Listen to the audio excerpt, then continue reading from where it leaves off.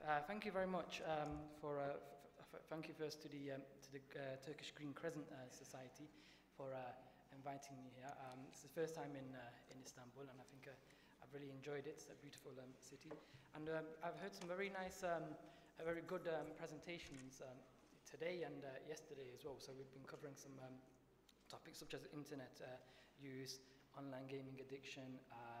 We've also looked at smartphone use. And like today, some of the topics today we're touching upon pornography use and abuse. So it's a very hard act to follow from what we've heard so far. So what I'm going to do today, I'm presenting some data from 2 studies on the area of smartphone use, and I'm interested in the psychological aspects of smartphone use. So mainly the negative consequences I'm focusing on. However, we'll also look at some of the positive aspects to smartphone use as well. The research data which I'm presenting, it's been in collaboration with other researchers. So we have, I've named them here on the first slide. So there's myself, Claire Pearson, and Professor David Sheffield, who are based at the University of Derby. Okay, so this is the overview. This is what I want to cover, so I won't be taking too much time. So I want to look at, to begin with, some brief research highlighting the prevalence of smartphone use, so a brief review of research, followed by focusing on my own research, which I've done with other researchers. So we'll look at the methods, how we gathered the data, how we analyzed it, and the main findings. And then I'll provide a summary of 2 studies, of both studies. So to begin with, the prevalence, these prevalence statistics are mainly for UK users of smartphones. So what we've got here is that in the UK, 76% of adults now own a smartphone, and this research, the data was gathered by Ipsos Mori for Deloitte, who are a big research organization based in the UK. 53% of smartphone users check their phones within 5 minutes of waking. I'll be presenting some data about how often people glance at their phones, which is quite interesting. And there was a news report recently about our iPhone users who unlock their phones at least 90 times a day. And yesterday, and I've also seen research focusing upon the amount of time people are using their smartphones. So we have research evidence showing that people use their phones from 4 to 8 hours per day. So they're doing. So you can see that smartphone use has become very prevalent, and it's been used for many activities. So over 32 million phones are purchased yearly in the UK, and 6 million are hand-downs, so basically they're second-hand phones, which are usually sold on again to other people, or they're just passed on to other people. And there's been an increased use of mobile payments, so people are now using the smartphone apps to electronically pay make transactions, business transactions, and so on. So this is increasingly becoming the norm in the UK. And I believe so also in Europe and in the United States too. Right, so some of the research which I've, when I was reviewing the research literature, I found there were some research studies which focused on the general use of smartphones, but there was also a lot focusing on the negative aspects of smartphones. So this is also important to remember that the smartphones is the activity which you have, it's the device which you have. But it's more important also to realize that there are a lot of, the addictive nature of smartphones is the actual apps within those. So there's a specific addiction to social networking sites, or to a certain online game, or even to a certain dating website, or whatever they're viewing, like a video on YouTube or something. So there are specific activities which are addictive. So the device is the medium to approach the other activities which a person would engage in. So the research suggests that there are addiction-like symptoms, and I think the presentations earlier today and yesterday focused on those addiction symptoms. So we have like excessive use withdrawal symptoms, we have tolerance, we have salience, we have conflict in people's lives and their academic performance and so on. And those kinds of symptoms are linked to other problems. So we have research suggesting that there's people who use their smartphones excessively have increased stress, they have sleep disturbance, problems sleeping, and there are depressive symptoms too.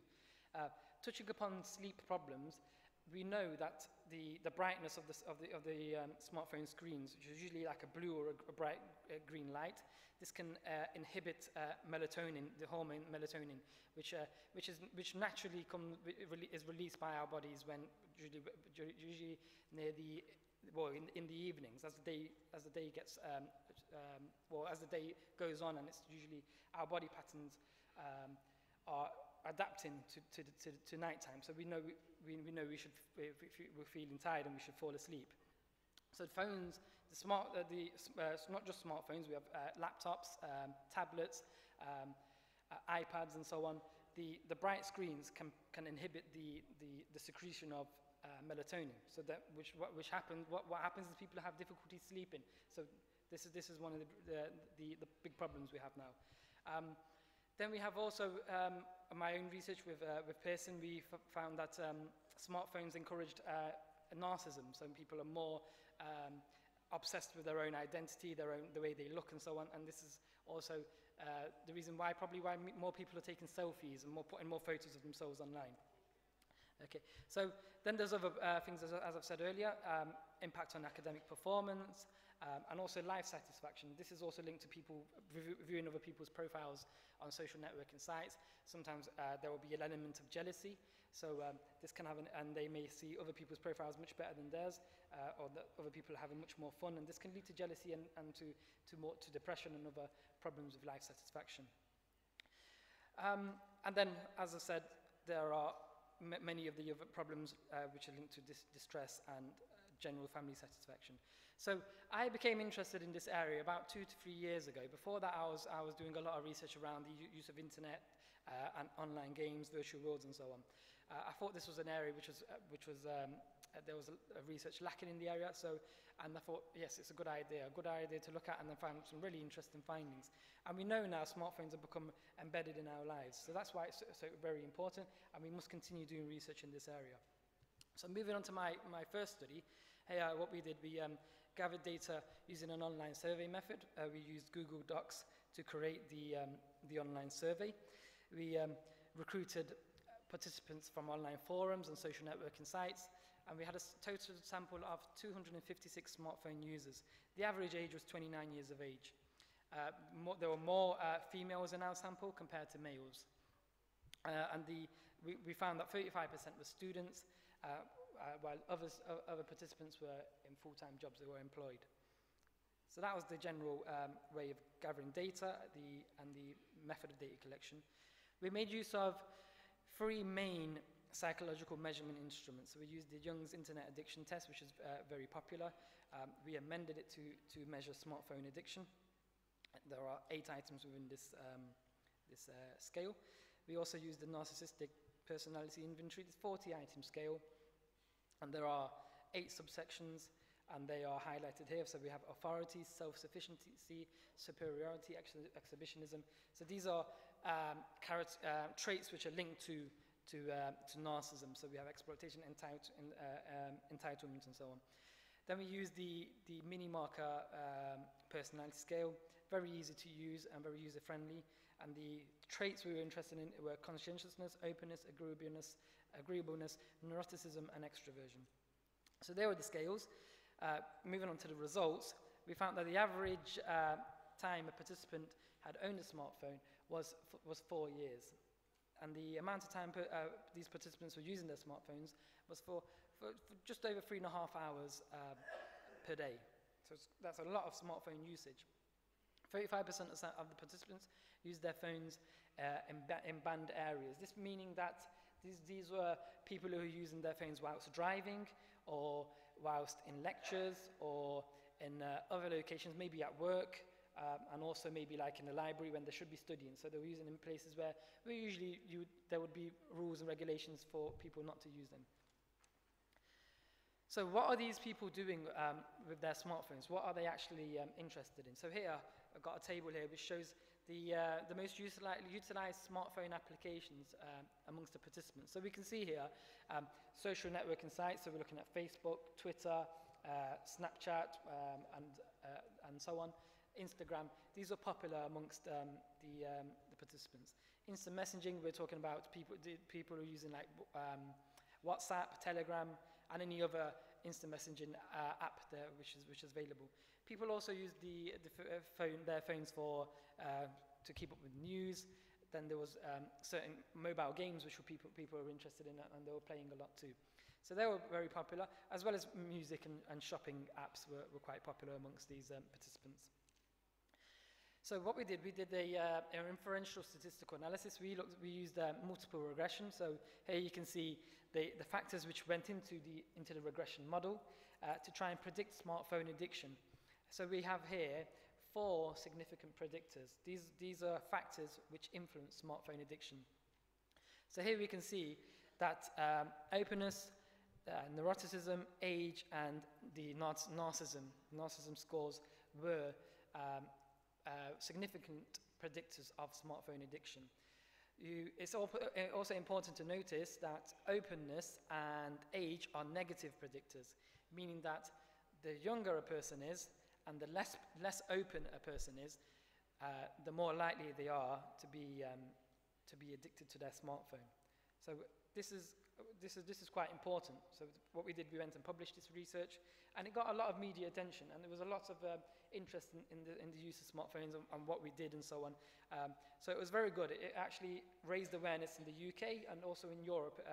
So we was really happy about that.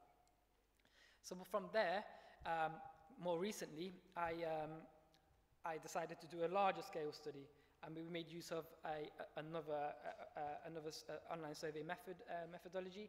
We also made use of the anxiety scale too. So we thought it would be interesting to look to see whether smartphone users are anxious and whether this is linked to problematic smartphone use. So here was the aim of the study: to explore the psychological aspects of smartphone use, to explore problematic smartphone use, and we were interested in other psychological traits such as personality, anxiety, and narcissism. So again, an online survey method. This time we used Qualtrics, which is a well-known software.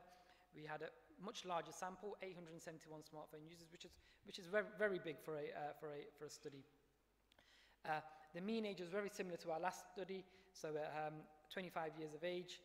And here, the country of residence, you can see majority from the UK. These are participants, majority from the UK, followed by the USA. Then we had many countries in Europe represented in the sample. We also had some Turkish participants within our sample. So these are the measures we used. So again, we used a personality inventory. We used the narcissism personality inventory. We used the anxiety, the short form state trait anxiety scale.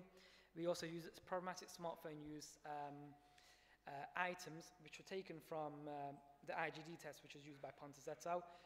But the original place they're from the DSM-5. So what we did, we adapted a certain scale questions, so it was relevant to smartphone use. So the sample, again, we had more females in our sample, and again, many of these were students. We did recruit quite a lot from 3 different universities in the UK, as well as online, from online forums and social networking sites and so on. So more females in the sample. We also noticed that the majority of our sample were students, followed by those who were employed, self-employed, and then unemployed. We had a very small number of people who were retired in our sample. This is interesting in terms of the personality scores. So what I've got here is our study scores against the work of Gosling et al. And it shows that our personality scores are very normal when compared to the research of Gosling. So this was quite interesting, and which was promising as well when we was looking at the data. So there is validity in the data in terms of personality traits. In terms of smartphone use, we found that the average glances per day amongst these participants was 41 glances at their smartphones. And the average phone bill was £30. So people were spending quite a lot of money on their phones for maybe downloading smartphone applications, for making calls, viewing videos, movies, and so on. So again, when we're looking at the smartphone applications which are very popular in this larger sample, and much more, you could say, much more generalizable sample. Again, the popular apps were social networking apps such as Facebook, Twitter, so on, instant messaging, WhatsApp, and so on. Again, photo sharing apps were very popular, as well as news and gaming apps are very popular too. So very similar to the work of to our first study, which again shows that the findings are replicable from study 1 to study 2, and also they are very similar and valid. So this time we ran another a hierarchical multiple regression, because we had a previous study to base it on. So there were 2 steps in this regression analysis, and we found certain significant predictors within the data set. So here we can see time spent on the phone. The more time a person spending online on their smartphones, the more likely they are to display problematic behavior. Also, we found that conscientiousness, which was a negative predictor, so the less conscientious you are, and the less emotionally stable you are. So so this is about how emotionally stable you are in your day-to-day life. So the less emotionally stable you are, and also the younger you are, the more likely you are to display problematic smartphone behavior. We also gathered some qualitative data, which is really interesting, and this is an area for further research, and again it supports much of the medical evidence as well. So many of the participants were asked if you've suffered any problems with your smartphone use, what are those problems? So they said they have had eyesight problems, eye pain, they said they felt like they were dependent on their smartphones, they had problems concentrating while studying, again, anxiety and depression came up. So people thought they were anxious. They thought their lives weren't that exciting as other people's lives. Then there was the conflict, and carpal tunnel syndrome was something which came up. People were suffering from wrist pain from continuously using their smartphones. Again, sleeping problems came up. Again, and this was linked to the bright screens. Again, this supports much of the medical evidence. In summary, from study 1, we found that higher narcissism scores and narcissism levels were linked to smartphone addiction. Smartphone addiction was predicted by openness and being younger. Smartphones, and more specifically smartphone apps, may encourage narcissism. And the consequences in terms of what can we do, what can we learn from this, what are the practical applications, that we should do more research in this area, looking at excessive use. We should think about treatment programs and ways of helping people to manage their smartphone use. In terms of study 2, we found that the more time a person spends online, the less conscientious they are and the less emotionally stable they are, the younger they are, whereas these were factors which were linked to problematic smartphone use. We also found that participants expressed concerns about their smartphone use, and this is an area where there's much more research is needed. And we know that devices are getting much more faster internet connections. There are new types of devices available to go online. There's much more advanced technology coming out, and we know that the popular devices to get online are like smartphones, or those mobile devices like iPads and other tablet PCs. So what we need to do really is to develop more theory in the area, and to think about the practical assessment programs, to think about programs to help people manage their behavior, and maybe so they can decrease these negative effects in their lives. So that's it really, briefly really. It's important in terms of psychology. More research is needed in the area, and I think conferences like this are really important, and I've noticed that more and more conferences like this are taking place. Okay, thank you very much.